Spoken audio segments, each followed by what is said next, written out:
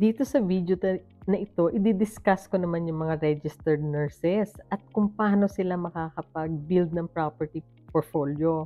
So, I have a lot of registered nurses. Nakakatuwa silang tulungan kasi napakasipag nila at talagang gusto nilang maka-get ahead sa buhay nila. Siyempre, hindi naman pwedeng trabaho ka lang ng trabaho tapos yung hindi mo nakikita yung ano, yung fruits ng pinagpaguran mo. So, these are very, alam mo sila, gusto nilang mapalago din at matulungan din ng mga anak nila na maka-get ahead sa property. So, this nurse naman na kliyente ko, she bought a property for around siguro mga 5 years ago for around 800,000. It's a townhouse dito sa New South Wales, sa Sydney. Ngayon yung 800,000 niya ngayon na binili, naging 1.2 million na. So, ang ginawa namin, nag-release kami ng equity dun sa bahay niya in such a way na pwede na siyang bumili ng yung first investment property niya. So, nag-release kami na around 200,000.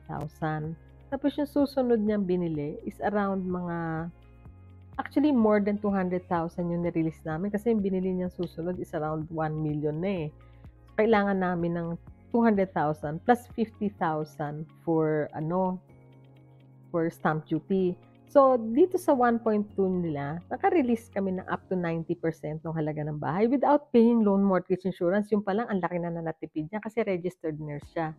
So, ito yung sinasabi kong bangko na Westpac at saka St. George na magagawa natin to.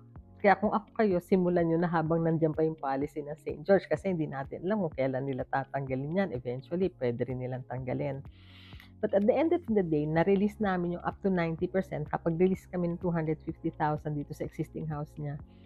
Tapos nakabili siya ng established property within din dito sa Sydney rin for 1 million at nagamit nga niya yung equity nitong bahay niya dito sa bahay niya para pambili ng second property niya, investment property niya.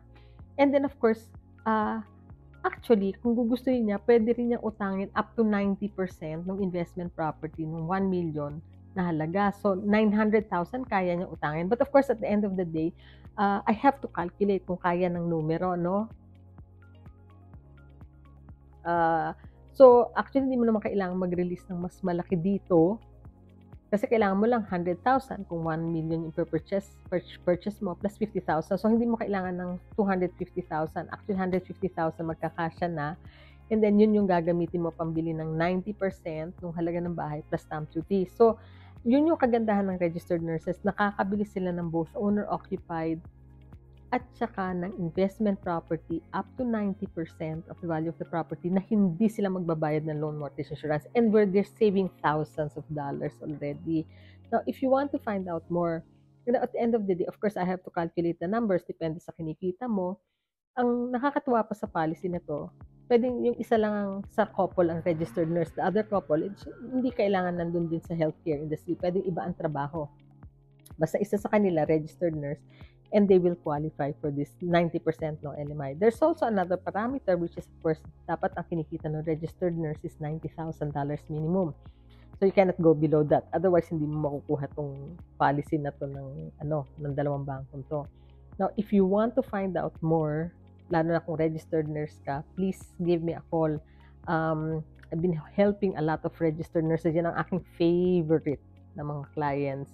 Purchase their first home, tapos bibili ng investment property, and I've been doing that for a long time. My name is Maria Papa. My mobile number 04-301-44008, or you can email me at mpapa@maverickfinance.com.au.